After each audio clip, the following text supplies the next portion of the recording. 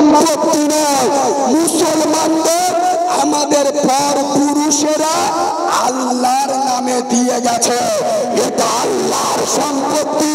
ফলে আর মুসলমানের বাচ্চা তোদের দুটো পা দে, আমি তোদের যুবক ভাই, খোদার কসম মুসলিম যুব সমাজ আর ঘুমিয়ে থাকিস না, জেগে সালাউদ্দিন আইয়ুবীর মতো, ফারুকে ওমরের মতো, শেরে খোদা আলীর মতো, খোদার কসম আজ ভারতে তোদের বড় প্রয়োজন আল্লাহ সম্পত্তি জীবন থাকতে আমরা বাস্তবায়িত হতে দেব না। মুসলিম পার্সোনাল ল পরিষ্কার জানিয়ে দিয়েছে এ কানুন আমরা মানব না। দরকার পরে গোটা ভারত অবরুদ্ধ করে দেব, তীব্র আন্দোলন হবে। এই সিপিএম করা মোল্লারা, তৃণমূল করা মোল্লার বাচ্চারা, কংগ্রেস করা মোল্লারা, আইএসএফ করা মোল্লারা পায়ে ধরে বলে যাচ্ছি, এটা কোনো দলের ব্যাপার নয়, রাজনীতির ব্যাপার নয়, এটা আমার ইমানি ব্যাপার, এটা আমার দিকে থাকার লড়াই, এটা আমার খোদার জায়গা। খোদার কসম যখন মুসলিম পার্সোনাল ল বাবা ফুরফুরা পীরজাদা সিদ্দিকী যখন যেদিন যেখানে ডাকবে, বাপের কথা শুনবো না, মায়ের কথা শুনবো না, ভাইকে দেখবো না, জান দিয়ে মাল দিয়ে আমরা মাঠে ময়দানে রাস্তা অবরুদ্ধ করে গুলি খাবো, বোমা খাবো। আল্লাহর ঘরকে বাঁচানোর জন্য কারা কারা রাজি আছে মুসলমান হাত তুলে দেখাও। মাঝখানতে একজন উঠে দাঁড়িয়ে তকবীরটা, মাঝখানে একজন উঠে দাঁড়ান।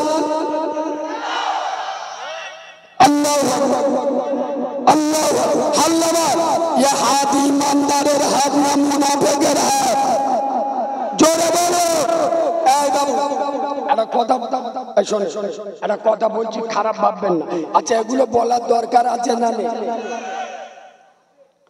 মমতা ব্যানার্জি অপমানিত হলে তৃণমূলের ছেলেরা রাস্তায় লাভে না লাভে না। মীনাক্ষী কোনো জায়গায় যদি বা ধরা পড়ে, সংঘর্ষে জড়িয়ে পড়ে, সিপিএম এর ছেলেরা রাস্তায় লাভে না লাভে না। ওয়াদির চৌধুরীর উপরে আক্রমণ হলো, কংগ্রেসের ছেলেরা রাস্তায় লাভে না লাভে না। আমার শরিয়াতের উপরে আক্রমণ হয়েছে, তুই যদি মাঠে না নামিস তুই মুনাফিকের বাচ্চা, হারাম করার বাচ্চা। খোদার কসম বিশ্বাস করো, যেদিন ওয়াকাফ বিল পাস হচ্ছে, তোমাদের একটা কথা বলে যাচ্ছে, তোমরা ভেবো না যে আমরা ভারতে 35 কোটি মোল্লা, কত ওরা তো এত সংখ্যা দিয়ে মোল্লাদের বিচার করা যায়? কারবালার ময়দানে ইমাম হুসেন 72 জন নারী পুরুষ নিয়ে আগো।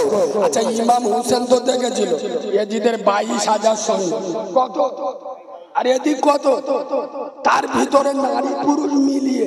তাই ইমাম হুসেন আত্মসমর্পণ করতে পারত না, পারত না। এ শিক্ষা আমেনার লালের কাছ থেকে হুসাইন,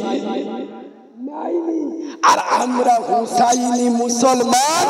যে হুসাইন কারবালার ময়দানে 6 মাসের আলী আসগারের রক্ত মাখা দেহ দেখলো, 22 বছরের আলী আকবর যুবকের লাশ দেখলো, ইমামে হুসাইন নিজের মুন্ডু কেটে দিল, অন্যায়ের কাছে মাথা নত করে নাই। আমরা সেই হুসাইনি মুসলমান, জীবন চলে যাবে।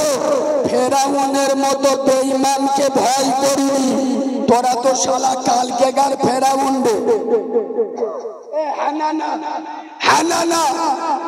কিন্তু দুঃখ লাগে কোথায় জানেন? আমি জলসা করে বাড়ি আসছি, আর আমি মোবাইলে পার্লামেন্টে তো রাত 1টা পর্যন্ত বাস চলে, আমি দেখে দেখে আসছি। খোদার কসম, একটা মারদে মুজাহিদ ইমানদারের বাচ্চা, যার মাথায় নবী পাকের সুন্নতি টুপি, আর টুপির উপরে রাসূলুল্লাহর পায়ের ছাপ, মিস্টার আসাদউদ্দিন ওয়াইসি, তার চোখ দিয়ে ঝরঝর করে পানি ঝরছে, মাথায়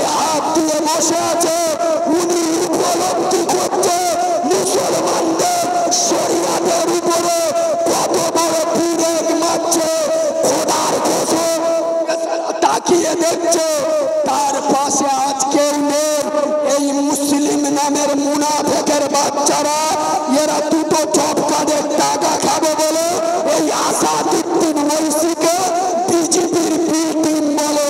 সেই আসাদুদ্দিন ওয়াইসি আমার শরিয়াতের জন্য জীবন বাজি রেখে দেয়, আর তোরা যে এমপিকে জেতানোর জন্য আইকে মার্ডার করিস, প্রতিবেশী ঘর বা মিথ্যা কেস দিস, তোর এমপি হাতে চুরি করে মেলায় ঘুরছিল।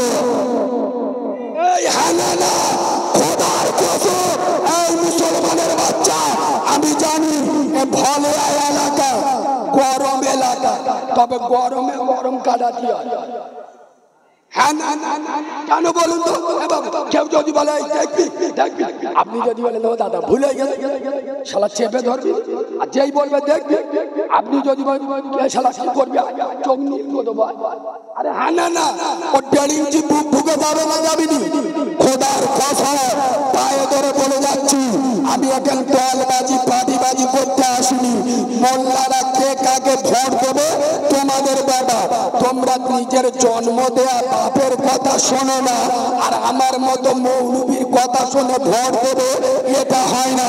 তবে একটা কথা আমি অবশ্যই বলে যাব, সিপিএম করো, কংগ্রেস করো, তৃণমূল করো, আইএসএফ করো, যখন কোনো দল, কোনো নেতা, কোনো পার্টি আমার শরিয়াতের বিরুদ্ধে, কোরআনের বিরুদ্ধে, দ্বীনের বিরুদ্ধে চলে যাবে, দল দেখবো না, পার্টি দেখবো না, নেতা দেখবো না, পেটে পা দিয়ে চিপ টেনে ছিঁড়ে দেবো, নারাই থাকবে, নারাই থাকবে।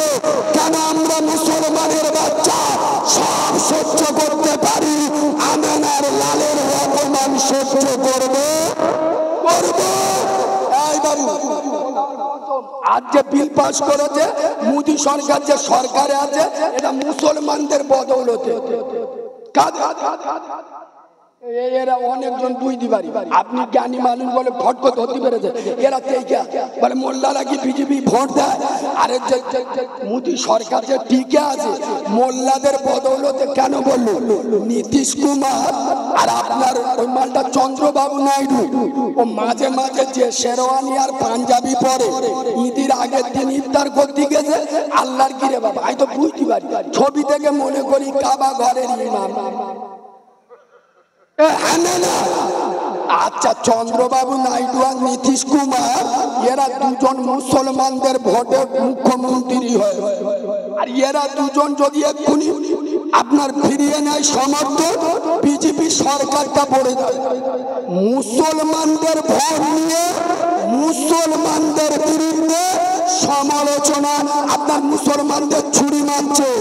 কোন মুসলমানের বাচ্চা যদি ওই দলকে আবার ভোট দেয়, মনে করবেন ওর শরীরে ফেরাউনের রক্ত আছে।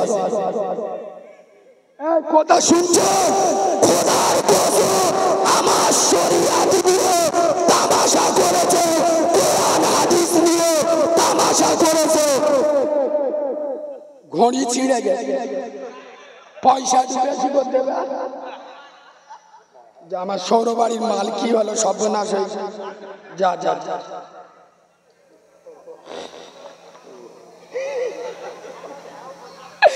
আর একটু বলবো না, ছেড়ে দেবো। ও চাচা উঠে গেল, গায়ে লেগেছে। ও চাচা, ও না না, মাল বসে গেছে, জানে এ মালের দিয়ে বিশ্বাস নি, শালা কাঁচা গাল দেবে, বসে গেছে।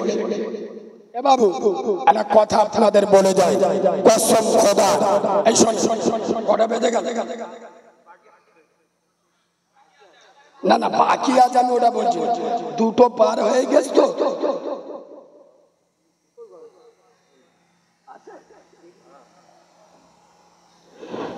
একবার তকবীরটা নারী থাকবে, আওয়াজ শুনে বোঝা যাচ্ছে ভাব খুব একটা ভালো না। এ আওয়াজে এ বাবু, আমি গত রাতে এখানে আমার পরে কে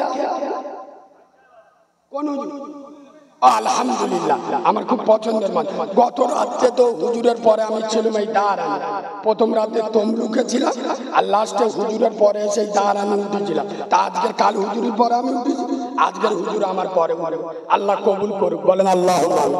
তবে আপনারা ভালো মানুষ, এবার ফুরফুরার হুজুরদের ভালোবাসবে, বলো ইনশাআল্লাহ। আমার দাদা পীরের আওলাদ, খোদার কসমেই দেখেন, আমার অনেকজন অনেক কথা বলে, আমার দালাল চামচা অনেক কথা বলে, কিন্তু আমার যারা কাছ থেকে চেনে, আমি কোন হুজুর বলতে পারবে না যে কারিমুল্লার একটা দাওয়াত দিই, রেজেকের মালিককে হুজুররা আমার দাওয়াত দেবে। শালা আমার নিজে দাওয়াত নিয়ে পারি না, বগরাই বন্ধ প্রতিদিন দুটো গো, সেই ঈদের দিনতে চালু হয়। কোনো হুজুরের কাছ থেকে আমি দাওয়াত নিই না, তবে আমি ওনাদের ভালোবাসি, ওনাদের পক্ষে চলি। কেন? আমার দাদা পীরের রক্ত ওনাদের গায়ে আছে। আমরা মূল ধরে চলবো। এই যে মুরব্বী লোকেরা, এদের জন্য দোয়া করবেন, বিশ্বাস করুন, এরা মরে গেলে গ্রাম কানা হয়ে যাবে। আমরা যেখানে মূল পাচ্ছি ফুরফুরা দাদা পীর, কে আগাছা কুকাশা কোথাকার মাল ওই সব দেখবো, কথা বলে না। একটা কথা বলবো, অনেকে ঝাল লাগবে, বলবো নদী পেরোবে, নদী একটা নৌকা আছে, একটা জাহাজ আছে। আচ্ছা আপনি কোনটাই উঠবেন? কেন? আরে বাঁচানে ওয়ালার মালিক তো আল্লাহ, তাই বলে কি আল্লাহ তোমার বলেছে আগুনে পা দিয়ে বসে থাকতে? আল্লাহ বলে তোরা আগুন পা দিইনি, শালা আগুনে পা দিলি চুমো খাবে। আরে না না, তাহলে সাবধানে চলতে হবে। তাহলে উঠবো কিসে? জাহাজে। খোদার কসম, আমার ফুরফুরার দাদা পীর হলো জাহাজ, তার 5 কলি।